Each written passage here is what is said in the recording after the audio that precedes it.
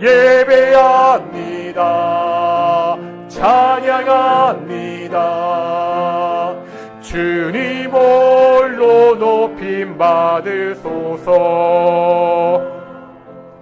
2024년 11월 17일 우리 추수 감사절 동인교회 오전 예배를 하겠습니다. 다 함께 묵상으로 기도하시겠습니다.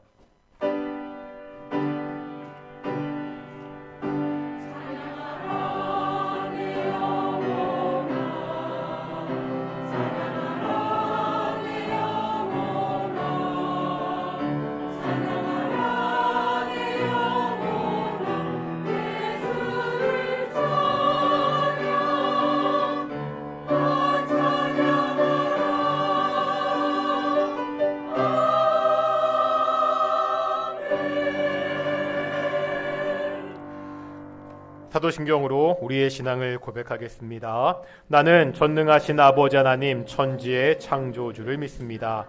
나는 그의 유일하신 아들 우리 주 예수 그리스도를 믿습니다.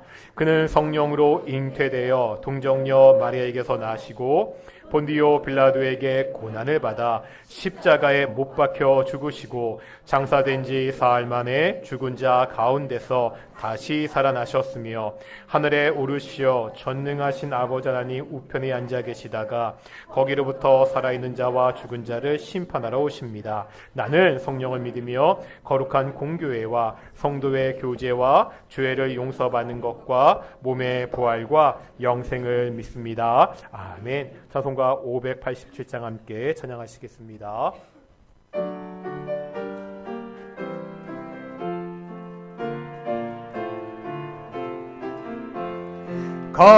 감사하는 성도여 추수 찬송 부르세.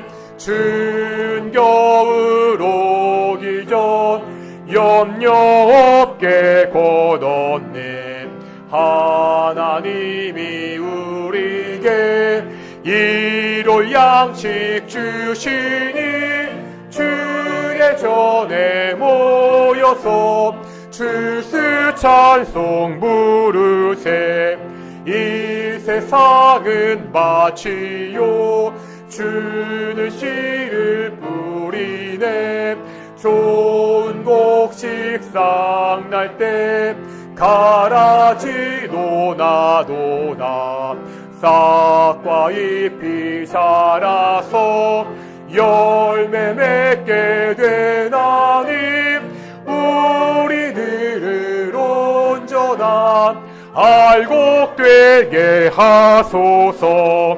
우리 주님 오셔서 곡식 걷어들이고 밭에 있는 나쁜 것 모두 소멸하실 때 가라지는 골라서 불에 던져 태우고 알곡들은 곳간에 길이 쌓아두시리. 주여 어서 오셔서 우리 걷어주소서. 죄와 슬픔 중에서 우리 건져주소서. 모든 성도 영원히 하늘 집에 이르러 천군 천사 어울려 추수 찬송 부르리.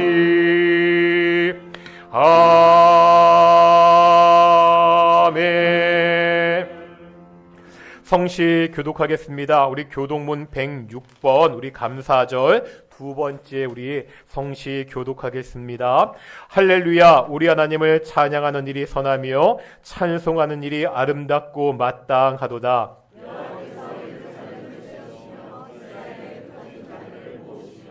상심한 자들을 고치시며 그들의 상처를 싸매시는도다.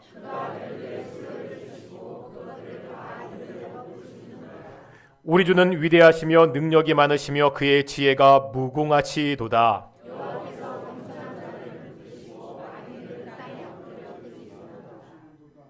감사함으로 여호와께 노래하며 수금으로 하나님께 찬양할지어다.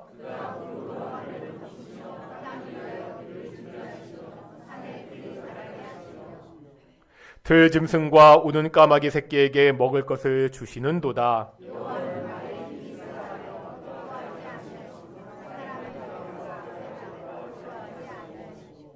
여호와는 자기를 경외하는 자들과 그의 인자하심을 바라는 자들을 기뻐하시는도다. 아멘. 자리에 앉으시겠습니다. 찬송가 589장 함께 찬양하시겠습니다.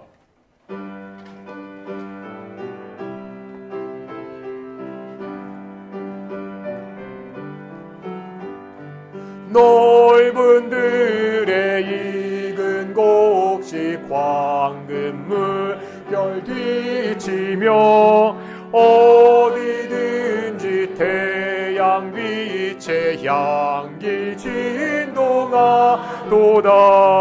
무르익은 저 곡식은 낯을 기다리는데 때가 지나가기 전에 어서 추수합시다. 추수할 것 많은 때에 일꾼 매우 적으니 열심히 있는 일꾼들을 주여 보내주소서. 무르익은 저 곡식은 낯을 기다리는데 때가 지나가기 전에 어서 추수합시다. 먼 동 틀 때 일어나서 일찍 들에 나가 황혼 때가 되기까지 추수하게 하소서. 무르익은 저 곡식은 낯을 기다리는데 때가 지나가기 전에 어서 추수합시다. 거둬들인 모든 알곡 전국 창고들이는 주가 베풀 잔치자리 우리 참여하겠네. 무르익은 저 곡식은 낯을 기다리는데 때가 지나가기 전에 어서 추수합시다.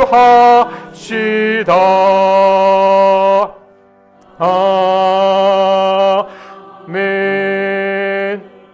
예배를 위해서 노유학 장로님 기도하시겠습니다.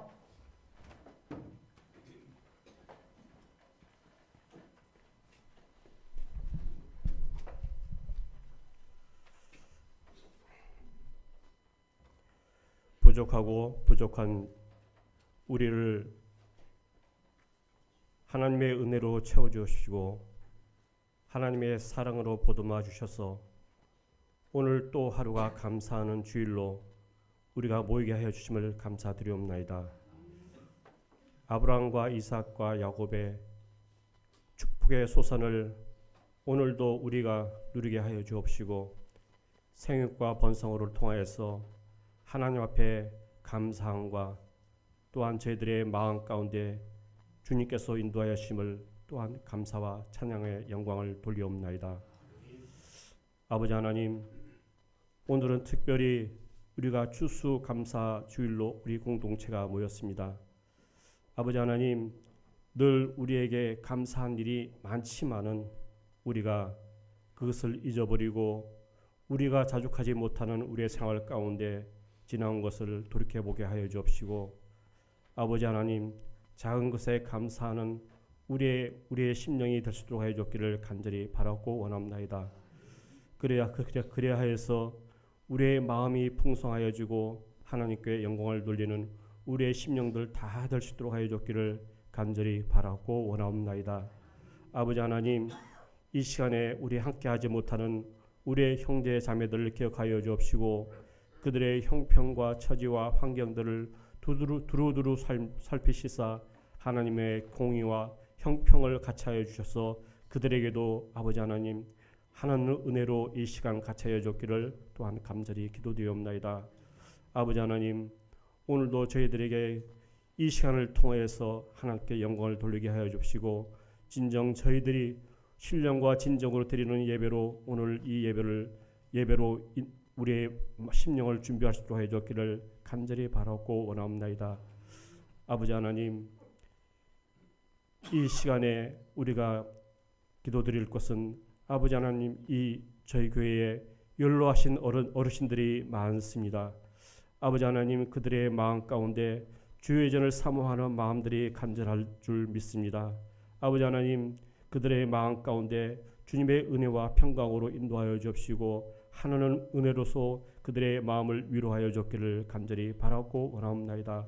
아버지 하나님, 그들이 헌신과 봉사로 헌신한 그 시절을 하나님 기억하게 해 주옵시고, 그 결실의 모든 소산이 이 공동체를 통해서 주의 성령의 열매로 얻을 수 있는 귀한 그들의 믿음의 역사가 될 수 있도록 하여 주기를 간절히 바라고 원하옵나이다. 아버지 하나님, 또한 교회를 위해서 기도드리옵나이다. 아버지 하나님, 이 교회를 통해서 하나님께서 뜻하신 바 있어서 세워주셨사오니, 이 지역사회와 우리의 공동체를 위해서 하나님께서 이 교회를 우리가 잘 섬기며 또한 선한 영향력으로 우리가 온전히 하나님을 섬길 수 있는 우리의 모든 교회와 공동체가 될 수 있도록 해줬기를 간절히 바라고 원하옵나이다. 지역사회와 우리의 공동체에게 더욱더 믿음의 분량이 성장하여서 아버지 하나님, 날마다 우리 지역사회와 많은 사람들에게 구원을 얻을 수 있는 그러한 우리 교회가 될 수 있도록 하여 줬기를 또한 간절히 기도드리옵나이다. 아버지 하나님, 또한 기도드리옵나이다. 원치 않는 질병으로 인해서 고생하는 우리의 형제 자매들도 있습니다. 아버지 하나님, 우리는 알 수 없고 우리는 헤아릴 수 없으나 아버지 하나님, 그들을 함께하여 주옵시고, 아버지 하나님의 방법으로 고통에서 벗어나게 하여 주옵시고, 아버지 하나님의 방법으로 병환 가운데 하루속히 회복시킬 수 있도록 하여 주기를 간절히 바라고 원합니다. 그래서 아버지 하나님, 그들의 인생에 있어 하나님을 자랑거리로 삼는 그러한 인생이 될 수 있도록 주님 도와주시고 역사하여 주기를 간절히 바라고 원합니다. 아버지 하나님, 이 교회의 각 기관들을 두루두루 살펴주기를 간절히 바라고 원합니다. 작은 일에 충성하며 아버지 하나님, 그들의 작은 충성에 대한 그 결실들이 아버지 하나님이 이 공동체를 굳건히 이끌어가는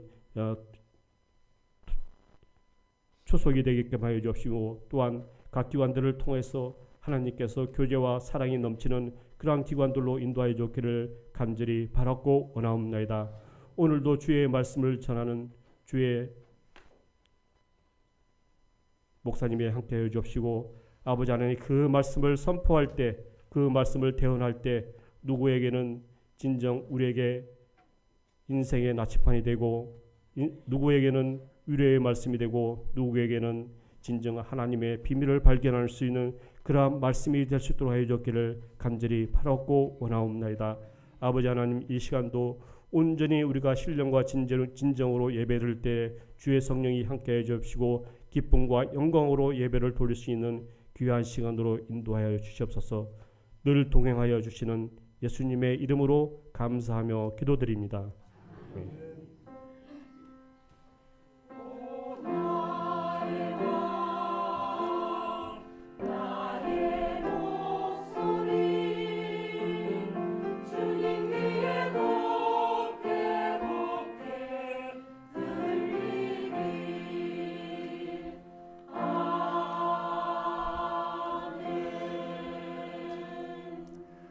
함께 말씀 보겠습니다. 출애굽기 20장 17절의 말씀입니다. 출애굽기 20장 17절의 말씀, 한 절 말씀입니다. 우리 다 같이 20장 17절 말씀 봉독하겠습니다.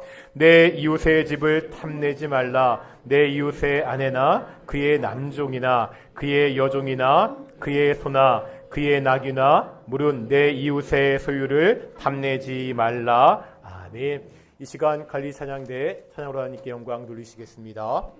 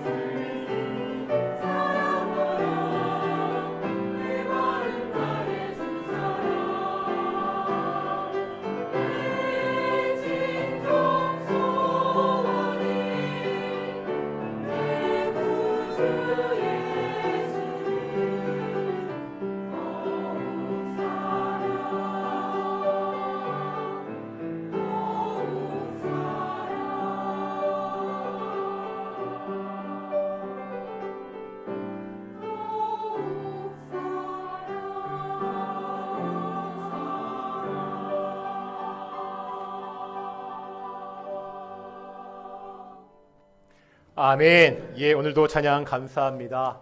오늘은 추수 감사절입니다. 우리가 절기를 지키는 이유는 이 절기를 통해서 다시 한번 하나님의 은혜, 하나님의 사랑을 묵상하는 거지요. 추수 감사절은 특별히 1년 동안 우리와 함께 하신 그 하나님의 은혜와 사랑을 묵상하며 감사하는 시간입니다. 우리가 하나님께 드릴 감사의 제목들이 굉장히 많지만 이런 이야기가 있잖아요. 인생에서 가장 중요한 순간은 언제냐? 답이 뭐죠? 바로 지금 이 순간이다. 그러면 인생에서 가장 중요한 사람은 누구냐? 바로 지금 내 옆에 있는 사람이다. 우리가 지금 감사할 것들이 참 많이 있지만 우리가 이렇게 감사하며 고백했으면 좋겠습니다. 우리 옆에 분들 보시고요. 지금 함께 예배해서 정말로 감사합니다. 예, 오늘 동인교회 예배도 하나님에 대한 감사가 충만한 귀한 예배가 되기를 축원합니다. 일본 만화 중에요. 이게 표지를 보여드릴 텐데요. 던전밥이라는 만화가 있습니다. 이런 만화거든요. 굉장히 감명 깊게 재밌게 읽은 만화입니다. 내용은 이렇습니다. 이게 주인공이 라이오스인데 이 주인공이 여동생이 레드 드래곤에게, 그러니까 용한테 잡혀 있습니다.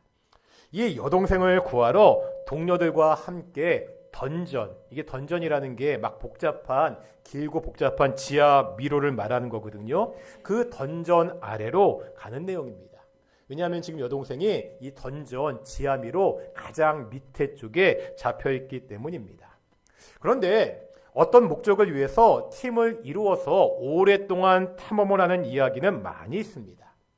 이 만화가 재미있는 것은요, 그동안 중요하게 생각하지 않았던 것을 이야기하고 있습니다. 그게 뭐냐면요, 제목처럼 던전에서 밥을 먹는 이야기입니다. 사람은 먹어야 됩니다. 아무리 능력이 뛰어난 사람도 먹지 못하면 죽습니다. 여러 사람이 오랫동안 탐험을 하려면 다른 무엇보다 먼저 이 먹는 문제가 해결이 돼야 됩니다. 던전은 지하 깊은 곳까지 미로로 이어져 있습니다. 중간중간에 식량을 공급받을 가게나 어떠한 식량 저장소가 없습니다. 언제 끝난지 모르는 탐험에 먹을 식량을 다 지고서 탐험하는 것도 결코 쉽지 않습니다. 이 만화는요, 이 문제를 아주 기발하게 해결합니다.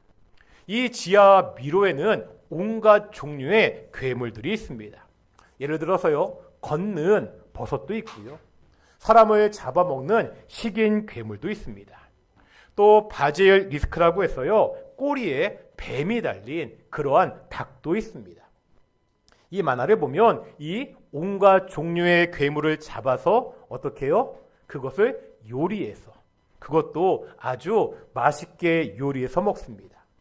괴물을 잡아 먹는 것으로 사람이 반드시 먹어야 되는 그 욕구를 해결하는 그러한 내용입니다. 그런데 이 던전 맨 아래층에는 악마가 삽니다. 이 악마의 궁극적인 목표는 던전에서 벗어나서 이 세상을 지배하는 것입니다. 이것을 이해해서 인간을 유혹하는데 이때 사용하는 방법이 인간의 소원을 들어주는 것입니다. 소원을 들어주는 것은 좋은 일이잖아요. 악마는 인간에게 원하는 것이 있으면 다 들어준다고 말합니다. 처음에 인간들은요, 악마를 통해서 당장 자기에게 필요한 욕구를 채웁니다. 하지만 인간은요, 한번 욕구가 채워졌다고 만족하지 않지요. 욕구가 욕구를 부르고 나중에는 걷잡을 수 없는 욕망에 빠지게 됩니다. 이렇게 욕망에 빠진 인간들은 결국 악마에게 완전히 조종당하는 존재로 전락하게 됩니다. 말씀드렸던 만화 던전밥은 인간의 욕구와 인간의 욕망의 차이를 잘 보여주고 있습니다. 이런 거죠. 인간이 살기 위해서는 욕구가 있어야 되잖아요. 지금 만화에 나오는 식욕이 대표적입니다. 먹을 것에 대한 욕구가 있어야 됩니다. 또한 사람은요, 성욕도 있어야 됩니다. 그래야 하나님이 말씀하신 대로 생육하고 번성할 수 있습니다. 하지만 인간은요, 필요한 욕구가 채워져도 더 많이 가지고자 합니다. 계속 모아서 자기 것으로 만들려고 합니다. 이것은 욕구를 넘어선 욕망이라는 거예요. 인간은 동물과 달리 욕구를 넘어선 욕망을 가진 존재입니다. 우리가 계속해서 보고 있는 십계명의 마지막 계명 제10계명은 바로 이런 인간의 욕망에 대한 계명입니다. 10계명은요, 단순히 탐내지 말라 이렇게 말씀하지 않습니다. 반복되는 말이 있죠. 그냥 집, 그냥 아내, 그냥 소유가 아니라 내 이웃의 집이라고, 내 이웃의 아내라고, 내 이웃의 소유라고 말하고 있습니다. 이것을 통해 한 가지 알 수 있는 것이 있죠. 사람에게 욕망이 어떻게 생기느냐입니다. 필요에 의한 욕구를 생각해 보겠습니다. 물을 마시고 싶다는 욕구는요, 언제 생기죠? 목이 마르면 생깁니다. 밥을 먹고 싶다는 욕구는요, 배가 고파서 생깁니다.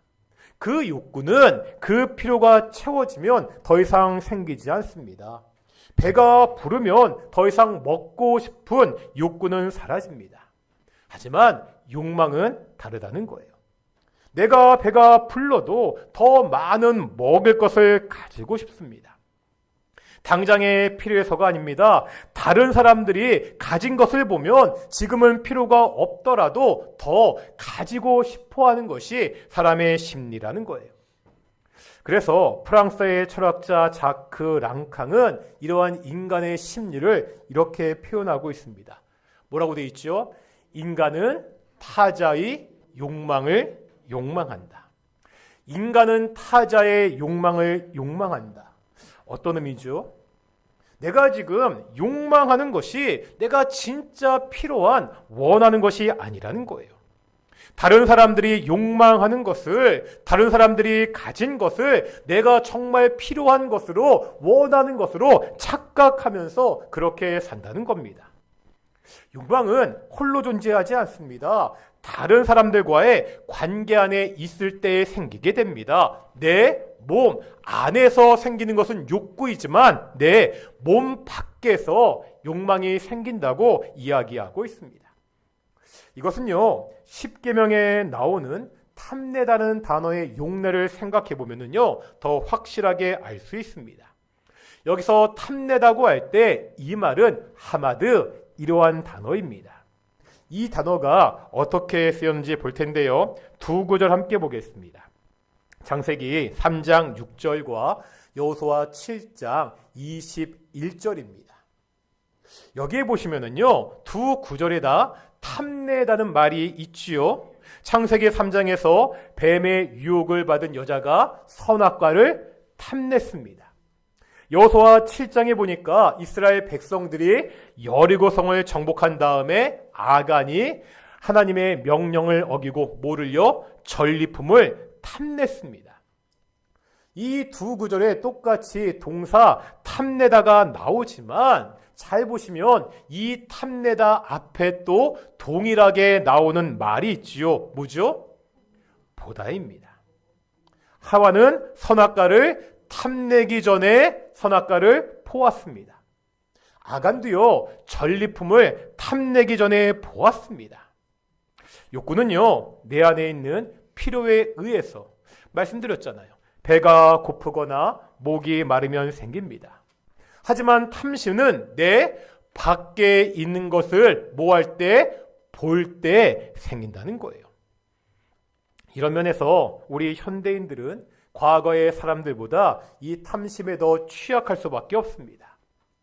십계명이 기록한 때에도 사람들은요, 다른 사람의 소유를 보면서 탐냈습니다.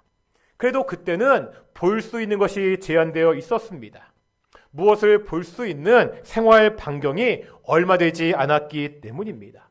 무엇을 보려면 사람이 직접 가서 그것을 봐야 했습니다. 하지만 오늘날은 달라졌습니다.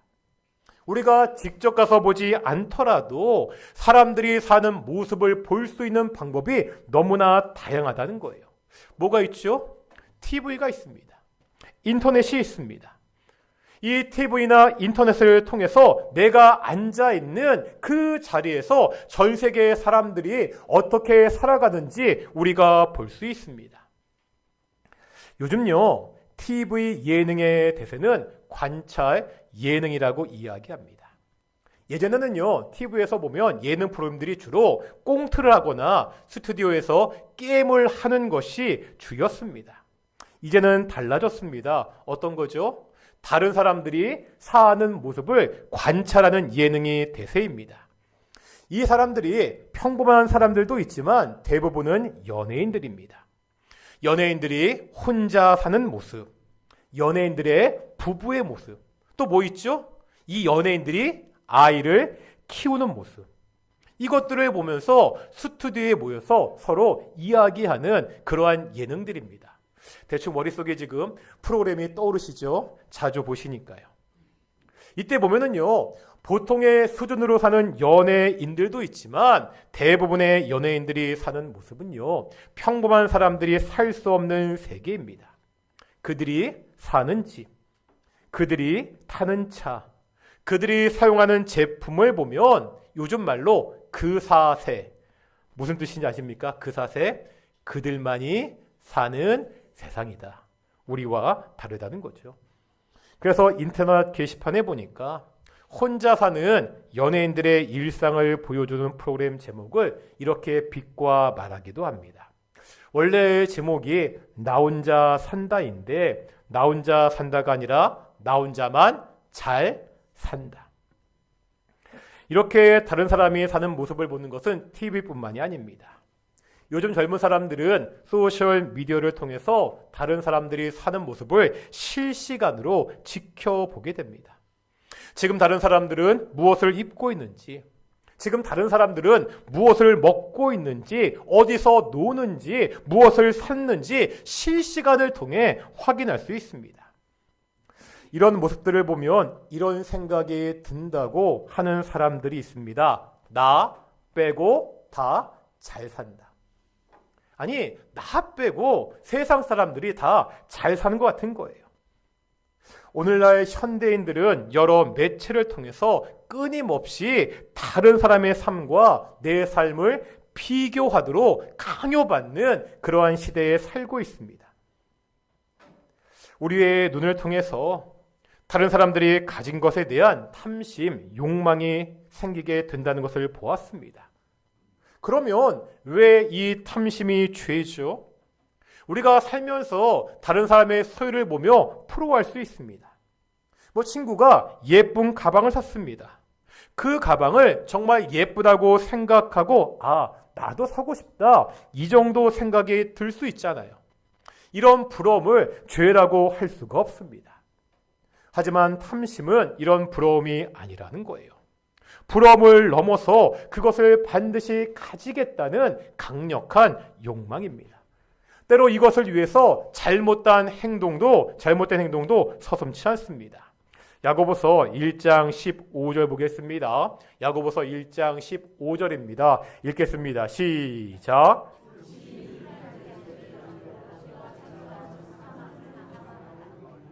여기 보니까 욕심이 뭐를 낳는다고요? 죄를 낳고 있습니다. 왜죠? 이 욕심이라는 것이 마음으로 끝나지 않고, 아니 그 마음도 그냥 부러워하는 것으로 끝나는 것이 아니라 그 사람을 시기하거나 혹은 나쁜 행동으로 이어지기 때문입니다. 우리 아까 보았던 선악과와 아간에 대한 구절을 다시 한번 보실 텐데요. 다시 한번 두 구절 보시겠습니까? 여기에 보면은요, 우리 앞에서는요, 보는 것이 탐심을 일으킨다 이렇게 말씀드렸습니다. 그런데 이 두 구절에 보면 역시 동시에 나타나는 단어가 있습니다. 시브리어로 라카흐라는 단어입니다. 라카흐, 이 단어는 취하다 그런 뜻을 가지고 있습니다. 창세기 3장 9절 보실까요? 여자가 선악과를 보고 탐스러워서 뭐 했다고요? 따 먹었습니다. 이때 따먹었다에 해당하는 동사가 라카흐입니다. 다음에 여호수아 7장에 보니까 아간이 물건을 보았습니다. 탐냈죠. 거기서 끝내는 것이 아니라 뭐 했다고요? 가져나이다. 바로 이 단어가 라카흐란 단어입니다. 이런 거예요. 보는 것이 탐심을 일으키고 그 탐심이 악한 행동으로 이어지는 것을 성경은 보여주고 있습니다. 그렇다면 우리가 탐심을 품지 않으려면 어떻게 살아야 됩니까? 앞에서 우리가 8계명을 볼 때 자족하는 삶에 대해서 말씀드렸습니다. 탐심을 품지 않으려면 무엇보다 중요한 것이 자족하는 삶입니다. 오늘은 이것을 좀 더 자세히 볼 텐데요. 디모데전서 6장 6절 보겠습니다. 디모데전서 6장 6절 함께 읽겠습니다. 시작.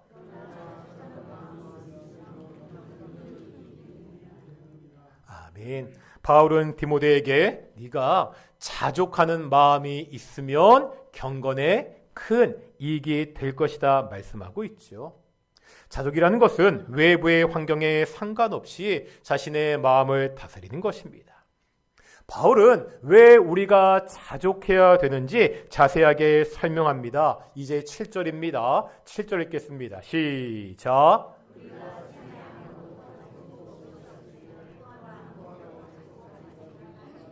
아멘.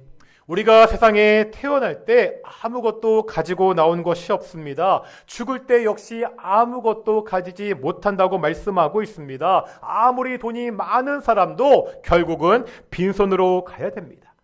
우리의 인생이 빈손으로 왔다, 빈손으로 가는 짧은 나그네 길이라는 것을 성경은 가르치고 있습니다. 이 짧은 나그네 길에 우리의 모든 인생을 걸지 말아야 됩니다. 나그네 길은 거기에 걸맞는 알맞는 짐이 있어야 됩니다. 그래서 이제 8절입니다. 이렇게 말씀하고 있습니다. 읽겠습니다. 시작. 아멘. 여기서 입을 것이라고 되어 있는 단어는 헬라어로 스케파스마라는 단어입니다. 이 말이 주로 의복을 가리키지만 거처를 가리키기도 합니다. 그렇다면 뭐죠? 먹을 것, 입을 것, 거할 것. 우리가 기본적으로 살 수 있는 의식주만 해결되면 만족하며 살라. 이렇게 성경은 가르치고 있습니다. 청년들과 2달에 한 번씩 책을 읽고 그 책 내용에 대해서 서로 토론하고 이야기를 나누고 있습니다. 저희가 지난주에는 그 러시아의 문호 톨스토이의 책을 함께 읽었습니다. 이 책이 여러 단편 소설들이 있는 책인데 그 중에 소설 중에 하나가 땅에 대한 것이었습니다. 땅에 대한 지나친 욕심을 가진 사람이 있었습니다. 이 사람이 조금 더 하면서 더 많은 땅을 가지려다 결국 허무하게 죽고 마는 그러한 내용이었습니다. 이 사람에게 정말 필요한 땅은 죽어서 묻힐 한 평의 땅이었습니다. 그래서 이 소설의 제목이 이렇습니다. 사람에게는 얼마나 많은 땅이 필요한가? 사람에게는 얼마나 많은 땅이 필요한가? 그런데 이 다음이 중요하죠. 이 내용을 가지고 나눔을 하는데 한 청년이 이렇게 말했습니다. 우리에게는 얼마나 많은 옷이 필요한가? 나에게는 얼마나 많은 옷이 필요한가? 옷 사는 거 좋아하는 분들 계시죠? 옷이 아니더라도 꼭 필요하지 않지만 자꾸 사게 되는 것이 있지 않습니까? 저도 개인적으로 백팩, 배낭을 굉장히 좋아합니다. 어떤 사람은 집에 대한 욕심이 있는 사람도 있죠. 우리에게는 얼마나 큰 집이 필요한가? 우리에게는 얼마나 많은 돈이 필요한가? 그런데 성경은 우리에게 단순한 삶을 요청합니다. 이 말이 기독교인들이 무조건 금욕해야 된다 이런 말이 아닙니다. 기독교인들은 이 땅에서 가난하게 살아야 된다, 풍요롭게 살아서는 안 된다 이런 말씀이 아닙니다. 다만 내가 지금 살아가고 있는 삶의 방식이 어떠한지 생각해 보라는 거예요. 우리가 정말로 이 땅에 소망을 두고 살고 있는지, 천국에 소망을 두고 살고 있는지 생각하라는 겁니다. 우리가 천국의 소망을 가지고 있다고 이야기합니다. 그런데 사는 방식이나 추구하는 것을 보면 이 땅에 가치일 때가 너무나 많다는 거예요. 예수님은요, 산상설교에서 무엇을 먹을까? 무엇을 마실까? 무엇을 입을까 하지 말라고 하셨습니다. 이런 것들이 중요하지 않아서가 아니라는 거예요. 이런 것들이 필요 없어서가 아니라는 거죠. 하늘에 계시는 우리의 아버지께서 이러한 것들이 우리에게 필요하다는 것을 다 알고 계시기 때문입니다. 그 하늘 아버지는 하늘을 나는 참새 한 마리도 저 들에 핀 들꽃도 돌보시는 분이라고 성경은 가르치고 있습니다. 이 하나님께서 자신이 사랑하는 그 자녀들을, 우리 성도들을 돌보신다고 성경은 말씀하고 있습니다. 우리가 이 땅에서 추구해야 되는 것은 단순히 먹고 사는 문제가 아니라 하나님의 나라와 하나님의 의입니다. 여기에 삶의 초점을 맞추라는 거예요. 이렇게 살아갈 때 우리가 이웃의 소유를 탐내지 않고 살 수 있다고 성경은 가르치고 있습니다. 이웃의 소유를 탐하지 않기 위해서는 자족하는 마음이 있어야 됩니다. 그러면 어떻게 자족할 수 있죠? 지금 모든 것이 부족합니다. 하지만 나는 괜찮아 이렇게 말하면서 정신 승리하는 것이 자족하는 삶입니까? 다 같이 한번 빌립보서 4장 11절부터 13절 보시겠습니다. 4장 11절부터 13절까지 같이 읽겠습니다. 시작.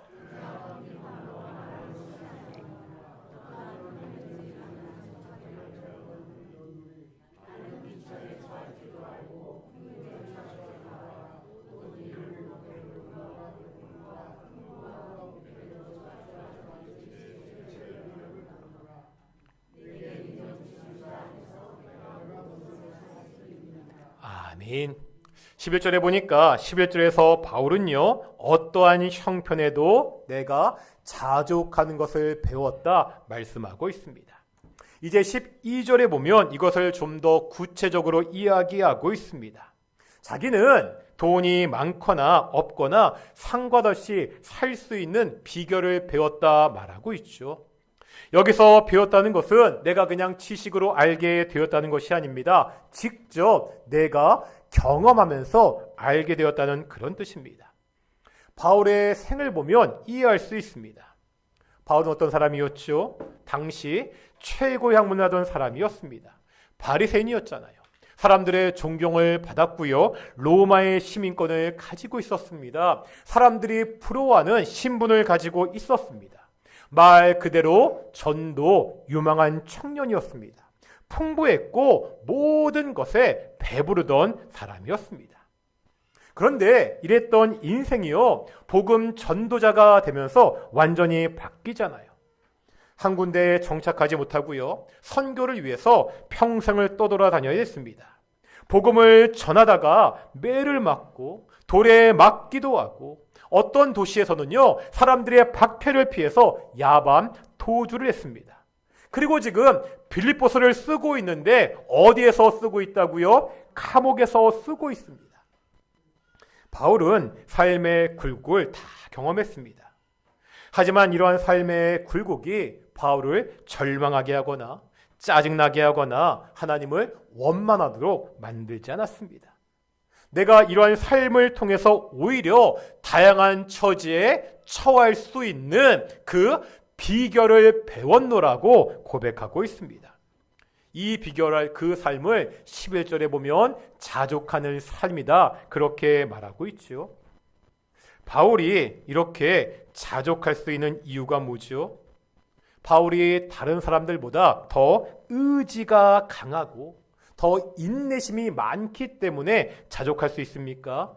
아닙니다. 13절에서 바울이 뭐라 고백하고 있죠? 내게 뭐하는 사람? 능력 주시는 자 안에서 내가 모든 것을 할 수 있다 고백하고 있습니다.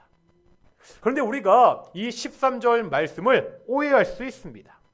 예수님만 잘 믿으면 내 능력 주시는 하나님 안에서 내가 모든 것을 다 잘할 수 있다, 다 성공할 수 있다, 이러한 기복주의로 흐를 수 있습니다. 문맥을 봐야 됩니다. 여기 13절에 나오는 모든 것은 무엇을 의미하죠? 앞에 나오는 부유한 삶이나 궁핍한 삶을 이야기합니다. 다시 말하면 모든 것을 할 수 있다는 말은 내가 부유할 수도 있고 내가 궁핍할 수도 있다는 거예요. 내 삶의 상황이 내게 중요하지 않다는 거예요. 그런데 어떻게 이것이 가능하다고요? 내가 특별히 의지가 강하거나 인내가 많은 특별한 사람이어서가 아니라 누구 안에서? 내게 능력 주시는 자 안에서 가능하다고 고백하고 있습니다. 왜 가능하다고요? 어떠한 상황에서도 내가 능력 주시는 하나님을 믿고 의지할 수 있기 때문입니다. 부유하거나 가난하거나 그 상황이 지금 나의 인생을, 나의 삶을 좌우하지 않습니다. 지금 내가 하나님을 의지하고 사느냐, 살지 못하느냐, 이것이 가장 중요하다는 것을 바울은 말하고 있습니다. 우리가 탐심을 없애고요, 자족하며 살기 위해서 하나님의 능력이 필요합니다. 내가 필요한 것들, 그 모든 것들을 공급해 주시는 분이 하나님이라는 이 하나님에 대한 믿음이 필요합니다. 우리의 생명과 우리의 안전은요, 내가 얼마나 많이 가졌느냐에 달려있지 않습니다. 누구에게 달려있다고요? 하나님께 달려있습니다. 나에게 모든 것을 공급해 주시는 하나님을 믿고 의지하는 삶을 살아야 됩니다. 그래야 우리의 탐심을 물리칠 수 있습니다. 오늘은 추수감사절입니다. 추수감사절 특별히 감사에 대한 절기 설교를 하지 않고 십계명 마지막 이 계명을 나누는 이유가 있습니다. 이 말씀을 통해서 다시 한번 우리가 어떻게 하면 하나님께 감사하며 살 수 있는지를 돌아볼 수 있기 때문입니다. 어떤 사람이 매일같이 하나님께 감사하며 살 수 있지요? 오직 하나님을 의지하고 하나님이 주시는 능력으로 사는 사람, 하나님이 주시는 그것에 만족하고 감사하며 사는 그 사람이 하나님 앞에 감사의 삶을 살 수가 있습니다. 2024년 추수감사절, 이 말씀을 통해 다시 한번 하나님을 의지하며 범사에 감사하며 살아가는 귀한 동인의 성도들이 되시기를 축원합니다. 이제 우리가 성찬 예식을 거행하도록 하겠습니다. 우리가 감사할 것이 너무나 많이 있지만 우리에게 구원을 주신 그 구원의 하나님을 다시 한번 기억하면서 그 구원을 위해서 십자가에서 죽으신 그리스도 예수의 그 은혜를 다시 한번 묵상하면서 우리가 성찬 예식을 거행하게 됩니다. 그 마음을 가지고 이 성찬 예식에 참여하는 성도들이 되시기를 소망합니다. 우리 찬송가 149장 함께 찬양하시면서 성찬 예식 준비하시겠습니다. 찬송가 149장입니다.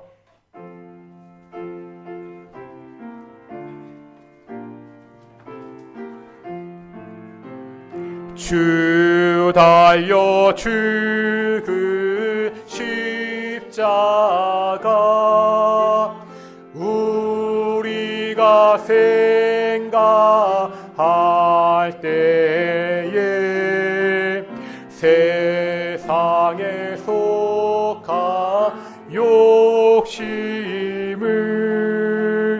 헛된 줄 알고 우리 성찬 위원들 나오겠습니다. 찬양 계속하시겠습니다.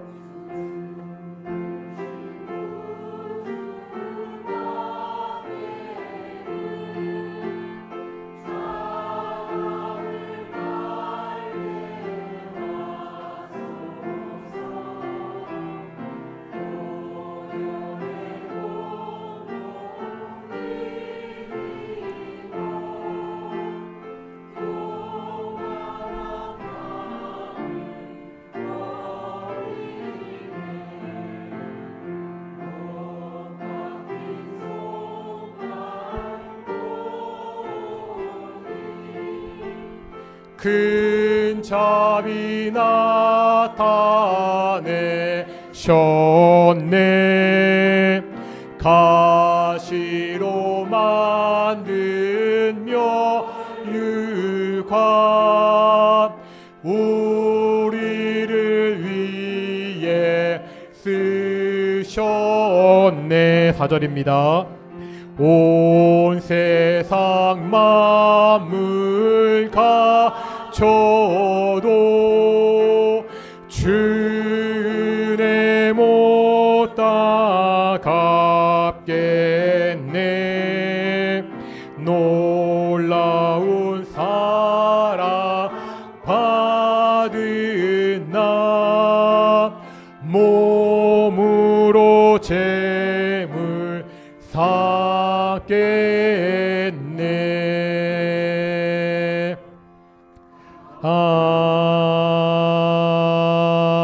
아멘. 우리 성찬 예식을 거행하도록 하겠습니다.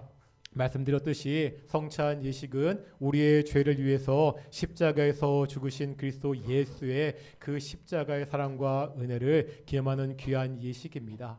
이 성찬 예식은요, 우리 세례교인 이상 참여할 수 있으시고요. 혹시라도 성찬을 받기에 마음에 꺼리낌이 있으신 분들은 받지 않으셔도 됩니다. 우리 먼저 분병하시겠습니다.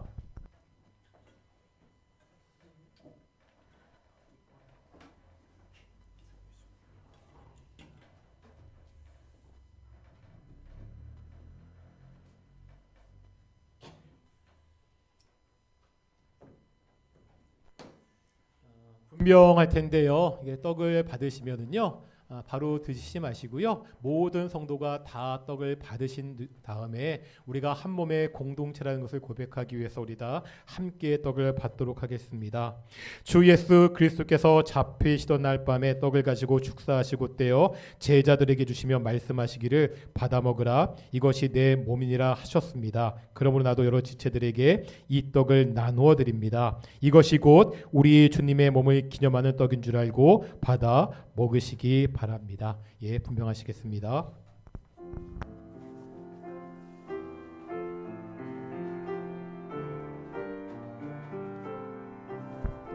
기도하시면서 계속해서 우리 떡을 기다리겠습니다.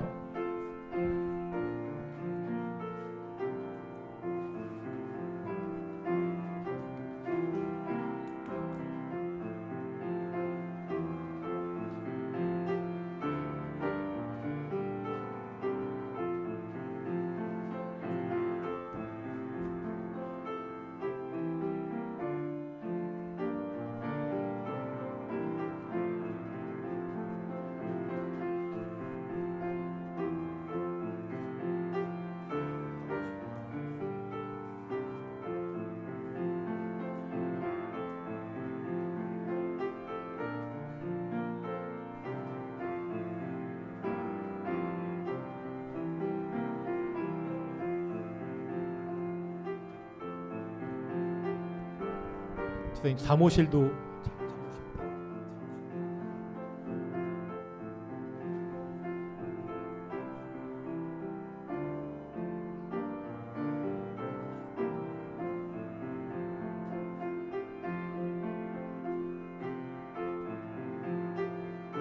조금 기다렸다가 다 함께 떡을 먹도록 하겠습니다. 혹시 우리 성찬에 참여하고 싶은데 떡을 받지 못하신 분 계십니까? 예, 성찬원도 앞으로 오시면 되고요.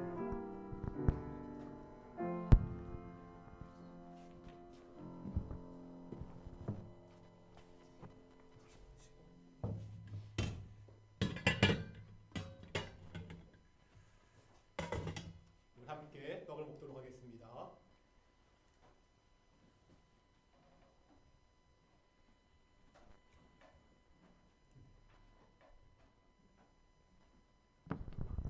이제 분잔하겠습니다.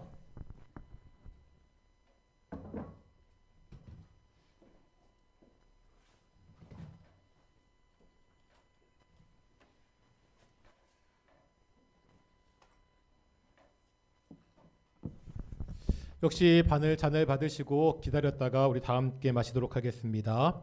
주님은 잔을 가지사 살해하시고 저희에게 주시며 말씀하시기를 이것은 죄 사함을 얻게 하려고 많은 사람을 위하여 흘리는 바 나의 피 곧 언약의 피니라. 이것을 행하여 마실 때마다 나를 기념하라고 하셨습니다. 그러므로 저도 여러 지체들에게 이 잔을 나누어 드립니다. 이것이 곧 우리 주님이 십자가에서 흘리신 피를 기념하는 잔 줄 알고 받으시기 바랍니다. 예, 분잔하시겠습니다.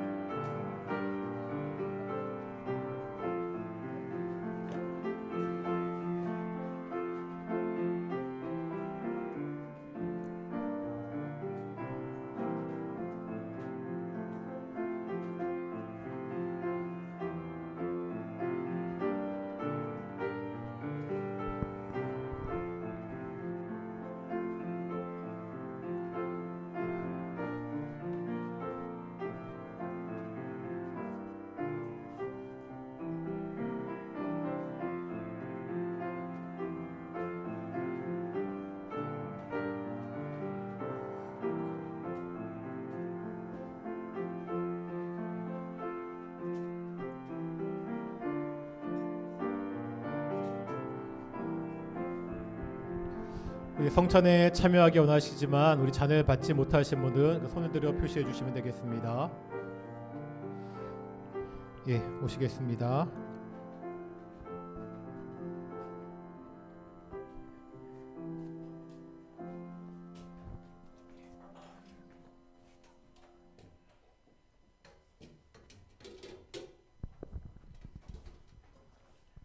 같이 우리의 잔을 들도록 하겠습니다.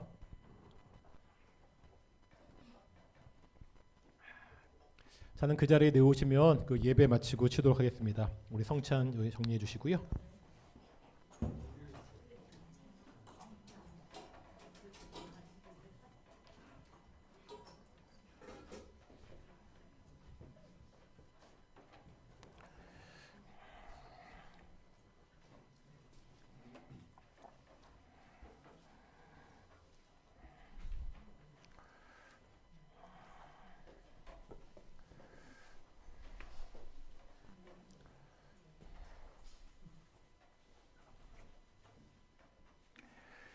예, 기도하겠습니다. 거룩하고 존귀하신 아버지 하나님 감사드립니다. 우리가 복된 날 주일날 특별히 추수감사절을 맞이하여 그리스도 예수의 성찬이식을 거행하게 하심을 정말로 감사드립니다. 오직 하나님의 사랑을 통하여 십자가에서 죽으신 그리스도 예수의 그 보혈의 사랑을 통하여 우리가 하나님의 자녀가 되었습니다. 이 사실을 잊지 않고 기념하고 있습니다. 하나님, 매일매일 살아가면서 우리가 하나님의 자녀로 그리스도 예수의 제자로 살아가는 성도들이 될 수 있도록 인도해 주시옵소서. 감사드립니다. 이 모든 말씀 예수님의 이름으로 기도드렸습니다. 아멘. 찬송가 591장 하시면서요, 우리 헌금 봉헌하도록 하겠습니다. 591장 우리 1절과 3절 함께 하시겠습니다.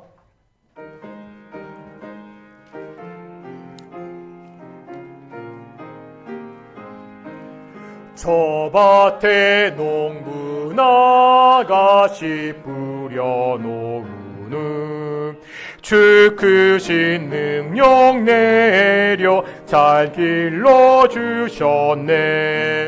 또 사시사철 따라 햇빛과 단비를 저 밭에 내려주니 그 사랑 한없네. 온갖 귀한 선물 주님이 주신 것, 그 풍성하신 은혜를 다 감사드리세. 씨 뿌려 거둔 곡식 주님의 은혜라.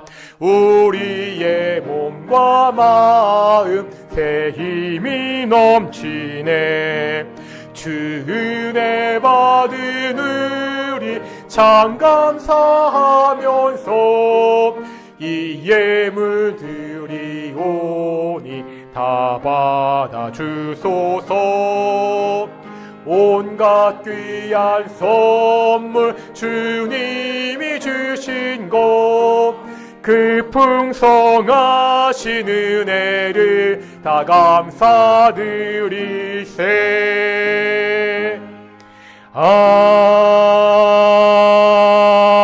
아멘. 기도하겠습니다. 사랑과 은혜가 충만하신 아버지 하나님 감사드립니다. 추수 감사절 우리의 모든 감사를 담아 하나님께 예배케 하심을 정말로 감사드립니다.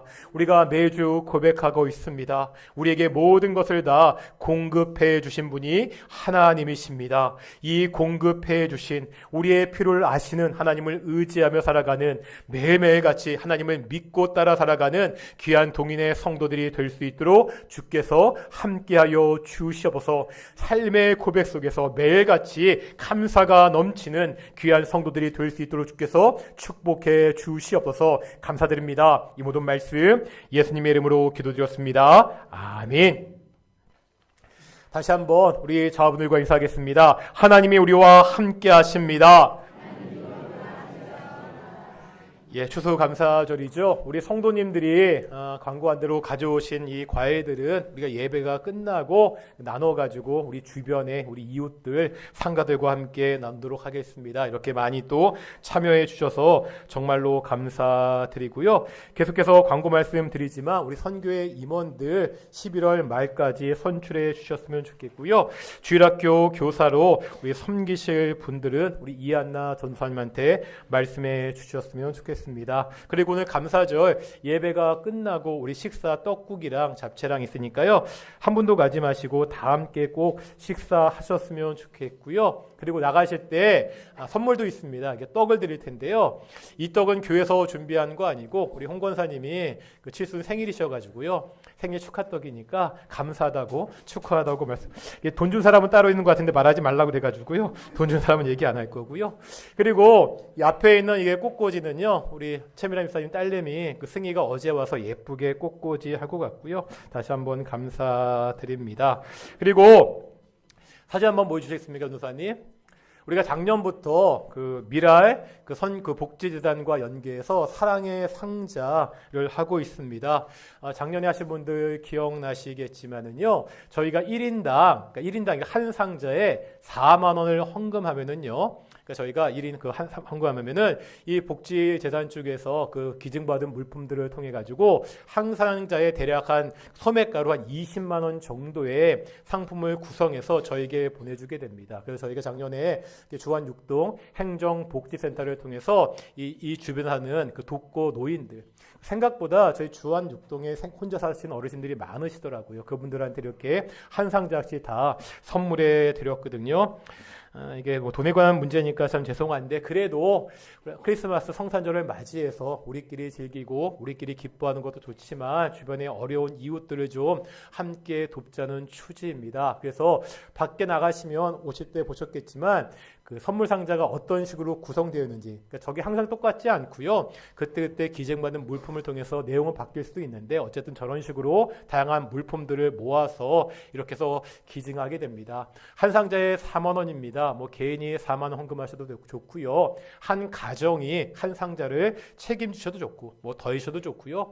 여러 가지 방법을 통해서 우리 자상한 상자를 좀 헌금을 해주시면 다음 주부터 2주 정도 저희가 헌금을 받도록 하겠습니다. 저희 그 주보에 자상한 상자라고 헌금 봉투가 있잖아요. 거기에 헌금을 해주시거나 아니면 그 계좌로 할 때 이름이랑 뒤에 자상한 이렇게 써주시면 저희가 자상한 상자 헌금으로 이해할 테니까 그렇게 모아서 한 2주 정도 헌금을 받고 또 이게 물건을 구성하는데 한 2주 정도 시간이 걸린다고 하더라고요. 그러면 대략 성탄절 뭐 즈음에서 우리가 선물을 드릴 수 있을 테니까요. 뭐 다음 주까지 이 자상한 상자 헌금을 모아오시면 그 헌금을 통해서 우리 주변의 어려운 이웃들을 함께 돕도록 하겠습니다. 그렇게 하시면 좋겠고, 한 가지 좀 기도 부탁할 게 있는데 이승순 권사님께서 지금 못 나오셨는데요. 이승순 권사님이 계속해서 안 좋으셔서 병원 진찰을 받으셨는데 최종적으로 대장암 판정을 받으셨습니다. 뭐 다행히도 이게 한 1기나 2기 사이 아마 초기에 발견이 되었다고 이야기하고, 요즘은 대장암 같은 경우는 연세가 있으셔도 초기에 발견되면 수술하고 하는 것이 큰 어려움은 없다고 이야기하지만 우리 권사님이 올해 79세시더라고요. 연세도 많으시고 그래서 좀 걱정도 많으실 텐데 우리 이승순 권사님 아마 지금 그 길병원에 입원해 계시고 빠르면 이번 주 내에 수술할 수 있을 것도 같고, 또 계속해서 좀 혈압도 있고 여러 가지 뭐 신장도 안 좋으셔서 좀 검사를 많이 하고 충분히 검사를 하고 이렇게 수술을 해야 되는 그런 상황이거든요. 신장도 많이 안 좋으시기 때문에 쉽지 않은 상황이니까 권사님 잘 건강하게 수술 받으시고 회복해서 교회에서 함께 신앙생활할 수 있도록 우리 성도님들 좀 많이 기도해 주셨으면 좋겠습니다. 자리에서 일어나시겠습니다. 찬송가 55장 함께 찬양하시겠습니다. 찬송가 55장입니다.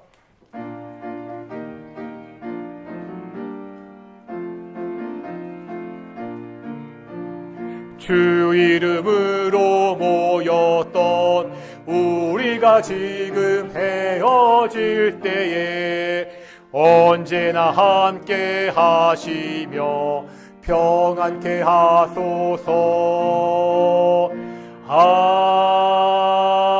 아멘. 기도하겠습니다. 이제는 예수 그리스도의 은혜와 아버지 하나님의 사랑하심과 성령 하나님의 교통하심이 매일같이 감사의 삶을 살아가는 동인의 성도들 가운데 영원히 함께 하시기를 축원합니다. 아멘.